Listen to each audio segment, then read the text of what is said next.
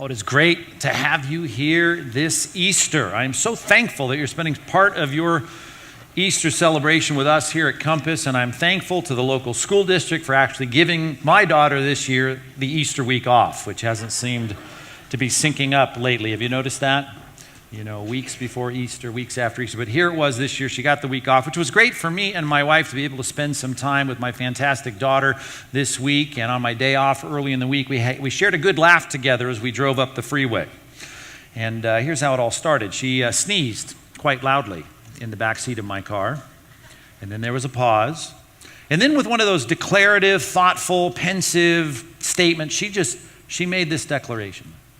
She said, you know, if there were two things in this world that I could change, just two things, I know what they would be.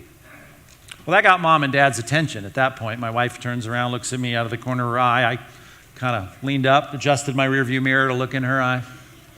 What would that be? She said, number one, there'd be no more sneezing. Number two, there'd be no more hiccuping. And once again, I had to say to my daughter, baby, you have to aim higher. Aim higher. You get two wishes. Don't blow it on that. World peace, ending hunger, the national debt, something other than hiccuping and sneezing.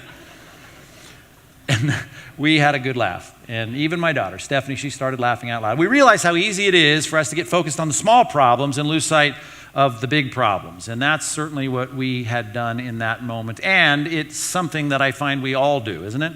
Easy for us to get focused on all the small irritations and frustrations of life. And that is our focus. And then Easter comes around. And I hope if you go to a church on Easter where there's some serious discussion about what the meaning of this holiday is all about, you have a preacher come up and I hope he says to you, you got to aim higher.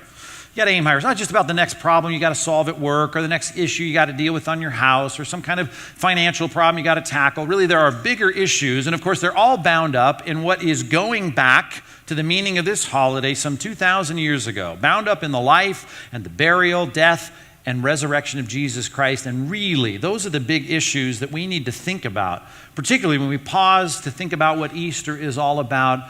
And that's what I'm excited to open up the Word and talk about this morning. Important for us to see that Jesus came not only to solve our ultimate problem of mortality in a great demonstration of His love, but He also in kindness, as we'll see in a passage I'd like to look at this morning, provided for us something very practical, not just with eternal ramifications, but something for daily implications as it relates to the leadership that He came to provide.